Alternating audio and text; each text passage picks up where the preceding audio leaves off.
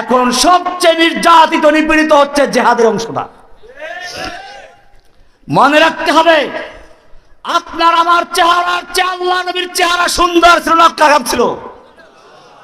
তোমার আমার চেহারার চেয়ে আল্লাহ নবীর চেহারা কত সুন্দর ছিল। শোনো, হাসান ইবনে সাবিত ফরমাতে हैं ওয়া আহসানা মিন কালাম তারা কাত্তু আইনি ওয়া আজমালা মিন কালাম তালিদিন নিসাউ কুলিকতা মুবাররাম মিন কুল্লি আইবি কান্নাকা কদ কুলিকতা কামা তাশাউ। হে নবী, আপনার চেয়ে সুন্দর চেহারা কোনোদিন কোনো মানুষ দেখে নাই, কোনো মহিলা এত সুন্দর চেহারা লোক জন্ম দেয় নাই। সব দোষ ত্রুটি মুক্ত হয়ে আপনাকে সৃষ্টি করা হয়েছে। যেমন আপনি চেয়েছিলেন, যেন আপনার চাহিদা মতো আল্লাহ আপনাকে সৃষ্টি করেছেন। আয়েশা রাদিয়াল্লাহু তাআলা কি বলছেন শুনুন, লানা শামসুন ওয়ালিল আফাকি শামসুন, লানা শামসুন ওয়ালিল আফাকি শামসুন ওয়া শামসি আফদালু শামসিস সামাই ফাইন্নাশ শামসা তাতলু বাদাল ফাজরি ওয়া শামসি তাতলু বাদাল ইশাই। আমারও একটা সূর্য আছে, আসমানের একটা সূর্য আছে। আমার সূর্য আসমানের সূর্যের চেয়ে অনেক বেশি আলো দেয়, কারণ আসমানের সূর্য উদিত হয় দিনের বেলায়, আমার সূর্য উদিত হয় জাহেলিয়াতের অন্ধকারকে দূর করে কোরআনের আলো দিয়ে। যেই জাহেলি সমাজে নিজেদের কোনো পরিচয় ছিল না, লুটপাট, ধর্ষণ, খুন খারাপি যাদের পরিচয় ছিল, সেই সমাজকে একটা সুন্দর এমন সমাজ তৈরি করলেন যারা লুটতরাজ করে নাই, উল্টা মানুষের মাল পাহারা দিয়েছে। दुर्फेशानी ने तेरी कतरों को दरिया कर दिया, दुर्फेशानी ने तेरी कतरों को दरिया कर दिया, दिल को रोशन कर दिया, आंखों को बीना कर दिया, खुद न थे जो राह पर औरों के हादी बन गए, क्या नजर थी जिसने मुर्दों को मसीहा कर दिया। যাদের নিজের কোনো পথের দিশা ছিল না, সেই লোকগুলোকে কোরআনের আলো দিয়ে এমন মানুষ তৈরি করলেন, তারা শুধু দিশাই পায় নাই, অন্যদের জন্য দিশারি হয়ে গেছে। কেমনে হয়েছিল? উলাইকা হিজবুল্লাহ, আল্লাহ তাদের খুশি হয়ে উপাধি দিয়েছেন হিজবুল্লাহ। কি দিয়েছেন? কোনো দল না, আবার এখন তো হিজবুল্লাহ দল হয়ে গেছে। সাহাবায়ে কেরামদের মতো আমাদের হতে হবে। আল্লাহর নবীর চেহারা আমাদের চেয়ে সুন্দর ছিল, তাকওয়ার দিক থেকে, ইবাদতের দিক থেকে। আল্লাহর নবী রাস্তা দিয়ে চলছেন, আল্লাহ তাআলার কষ্ট সহ্য হয় না, মেঘ এসে ছায়া দিচ্ছে। রাতের বেলায় তাহাজ্জুদ পড়ছেন, পা ফুলে যাচ্ছে, আসমান থেকে ওহী নাযিল হয়ে যাচ্ছে, ইয়া আইয়ুহাল মুযাম্মিল কুমিল লাইলা ইল্লা কালিলা নিসফাহু আও ইনকুস মিনহু কালিলা। ও মুযাম্মিল, তুমি রাতে সারা রাত ইবাদত করতেছো, ভালো কথা।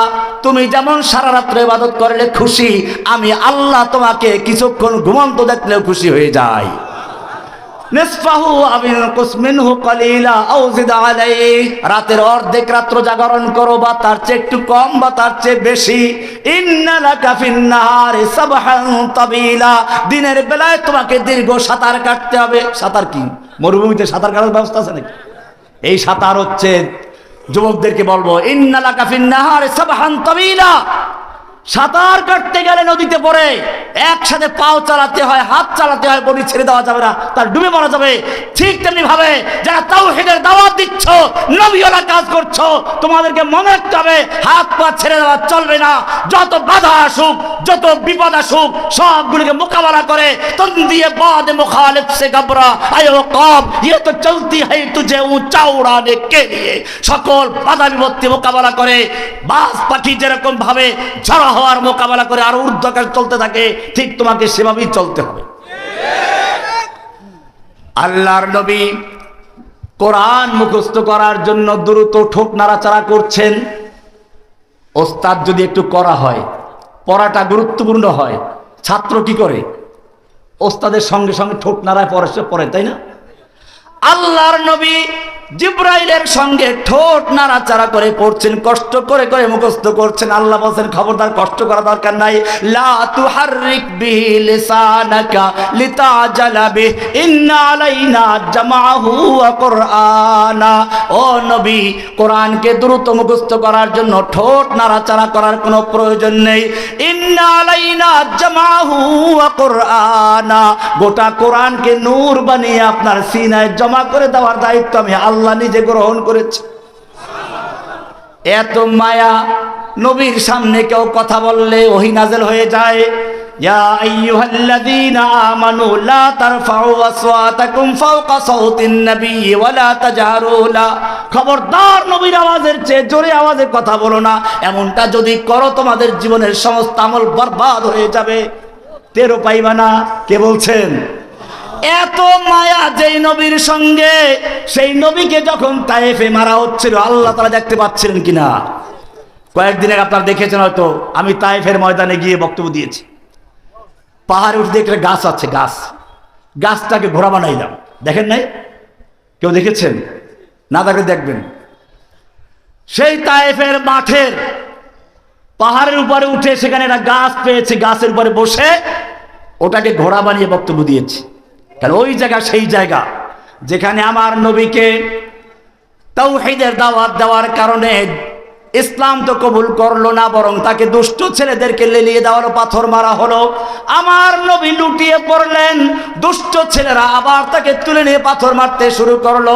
আল্লাহর নবী দৌড় দিয়ে একটু দূরে চলে গেলেন, পড়ে গেলেন, আবার পাথর মারা শুরু হলো। তৃতীয়বার পড়ে গেলেন। ওরা মনে করলো লোকটা বোধহয় মারা গেছেন, এবারে ছেড়ে চলে গেল। আল্লাহর নবীর সাথে ছিল যায়েদ, তাকে বলে একটু পানি আনো। বাগানে গেলেন, খেজুর খেলেন, কিছু আঙ্গুর দিল, ওই লোকেরা খেলেন। এরপরে রক্তগুলোকে আবার মাখা শুরু করলেন, উযু করলেন, আল্লাহর কাছে দোয়া করছেন। এর মধ্যে জিবরাইল এসে হাজির। ইয়া রাসূলুল্লাহ, আপনার সঙ্গে তায়েফবাসী যে আচরণ করেছে আল্লাহ তাআলা দেখতে পেয়েছেন। আমার সঙ্গে যে ফেরেশতা রয়েছে, তায়েফের সেই পাহাড়ের দায়িত্বে নিয়ে যে ফেরেশতা, তায়েফের পাহাড়গুলো ছবি আমি দিয়েছি, আমার ভিডিওতে দেখবেন, অনেক উঁচু উঁচু পাহাড়।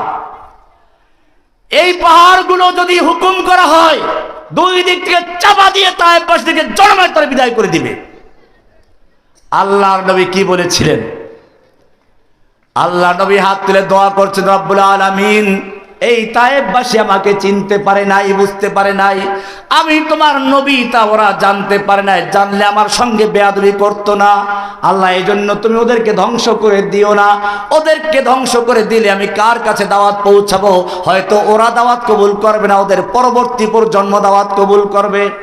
আমার জিজ্ঞাসা হচ্ছে, আল্লাহর নবীকে তায়েফে যে এত পাথর মারা হলো, আল্লাহ দেখতে পাচ্ছিলেন কিনা? আল্লাহর ফিরাবার ক্ষমতা ছিল কিনা? ফিরাইছিলেন কিনা? কেন ফিরাইলেন না? উহুদের ময়দানে আল্লাহর নবী যুদ্ধের ময়দানে লোহার পোশাক পরে নেমেছেন। পাগড়ি পরাও যেমন সুন্নাত, লোহার পোশাক পরাও সুন্নাত। আল্লাহর নবীর মাথার উপরে লোহার হেলমেট পরা ছিল, আঘাত করলো তলোয়ার দিয়ে, লোহাটা ঢুকে পড়লো আল্লাহর নবীর গালের ভিতরে, দাঁত পড়ে গেল।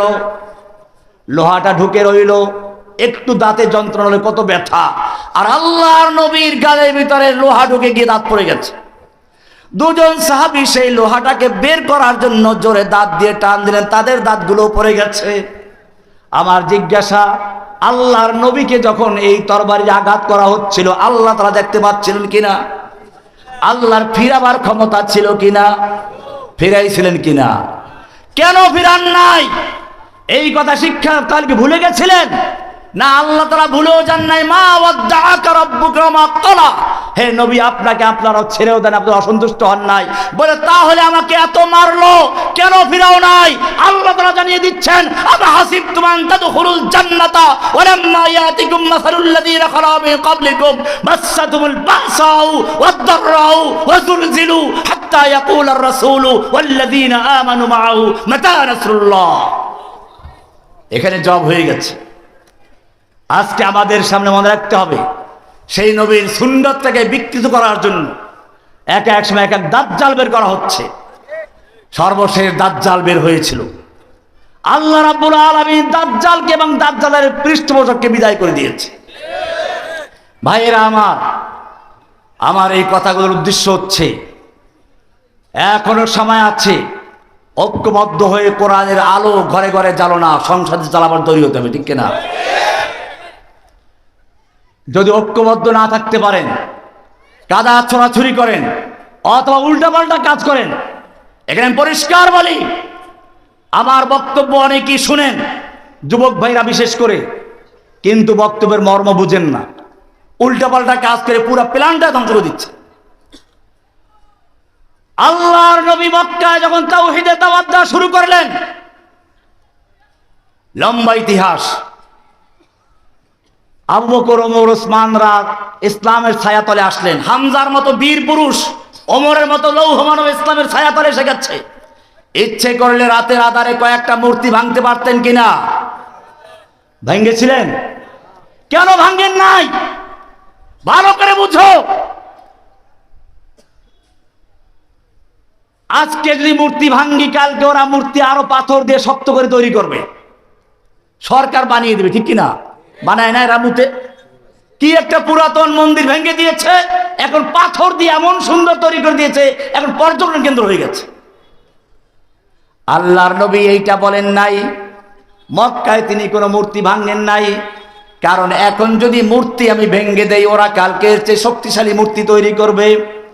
আমার কাজ হচ্ছে এবারে মূর্তি ভাঙ্গা নয়, তাওহীদের দাওয়াত দিয়ে ওদের কলবের থেকে মূর্তি অপসারণ করতে হবে। উলাইকা কাতাবা ফি কুলুবিহিমুল ঈমান।